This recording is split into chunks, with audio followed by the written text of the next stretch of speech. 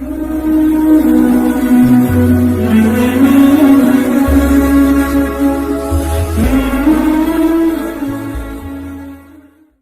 بزرگ فرماتے ہیں میں نے دعا مانگنے کا طریقہ اپنی بیوی سے سیکھا.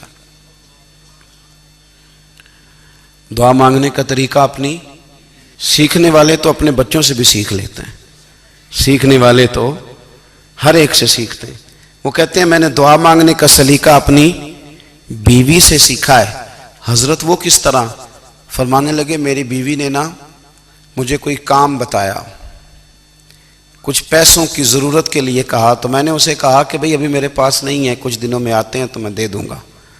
عورتوں کی عادت ہوتی ہے وہ بار بار یاد کراتی ہیں. 2-4 دنوں کے بعد پھر اس نے کہا حضرت وہ میں نے کہا تھا کچھ پیسے, میں نے اسے کہا کہ ابھی میرے پاس نہیں ہے, کچھ دنوں میں ملتے ہیں تو میں تمہیں دے دوں گا. اس نے کچھ دنوں کے بعد پھر کہا حضور وہ میں نے کچھ پیسے کہے تھے. فرماتے میں نے ڈانٹ دیا, میں نے کہا کہ کیا تو روز مجھے شرمندہ کرتی ہے, کہا نا میرے پاس نہیں ہے, ہوں گے تو دے دوں گا, تو روز یاد کراتی ہے.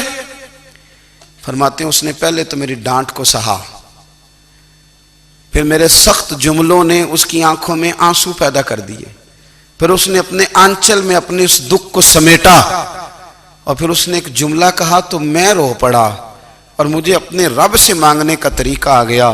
مجھے کہنے لگی حضرت جی آپ نے ڈانٹ دیا میں نے سہ لیا, پر آپ ہی میرے شوہر ہیں, بتائیں نا آپ سے نہ کہوں تو میں کس سے جا کے کہوں. فرماتے ہیں میں رو پڑا, اور میں کھل کے رویا, اور میں تڑپ کے رویا, اور پھر میری سسکیاں بند گئیں. تو مجھے کہنے لگی آپ کو کیا ہوا؟ میں نے کہا مجھے بھی دعا مانگنی آ گئی ہے.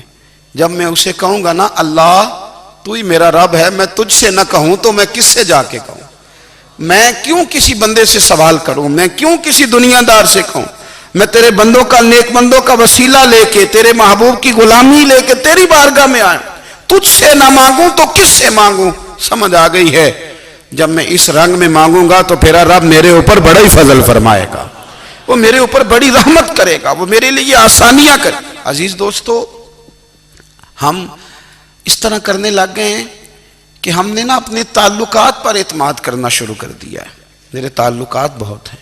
ہم نے اپنی دولت پر اعتماد کرنا شروع کر دیا ہے, میرے پاس دولت بہت ہے. ہم نے اپنے علم پر اپنی شہرت پر اعتماد کرنا شروع کر دیا ہے کہ میرے پاس فلاں چیز بہت ہے. یاد رکھنا جب بے نیاز اپنی صفت بے نیازی دکھاتا ہے تو بڑی بڑی دولتوں والے مجبور نظر آتے ہیں. بھائیو جب انسان کا رشتہ اپنے مالک کے ساتھ ہوتا ہے پھر تو غم بھی کچھ نہیں کہتے, پریشانیاں بھی کچھ نہیں کہتی, پھر تو زندگی صبر والی, پھر تو زندگی توکل والی, پھر تو زندگی بھروسے والی.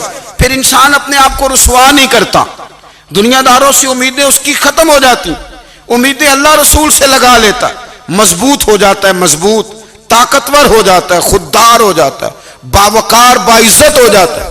حضرت بہلول دانا رحمت اللہ علیہ بیٹھے تھے تو ہارون رشید حج کر کے آ رہا تھا,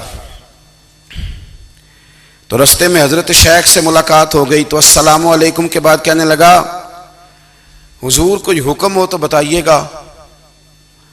تو حضرت بہلول دانا فرمانے لگے تیرا رب کون ہے؟ اس نے کہا اللہ. تو فرمایا میرا کون ہے؟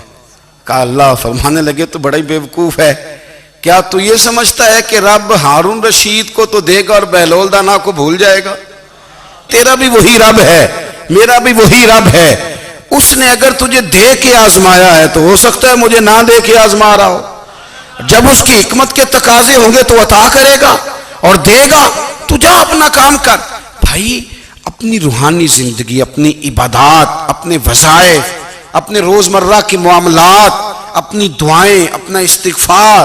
دیکھو کوئی مشکل کام تو نہیں, 2 رکوع ہیں سورہ واقعہ کے اگر رات کو پڑھ لی جائے تو. میں کس طرح یہ بات بیان کروں کہ تعویذ بانٹنا آسان ہے اور وظیفہ بتانا مشکل ہے. سارا دن تعویذ بانٹیں تو لوگ لینے کو تیار ہیں, اور اگر آپ وظیفہ بتائیں تو کہتے ہیں تو مشکل کام ہے.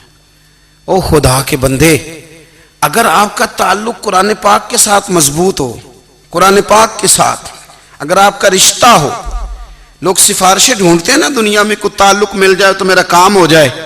دنیا میں اتنا مشکل معاملہ ہے, آخرت میں مجھے بتائیے گا کتنا مشکل معاملہ ہوگا.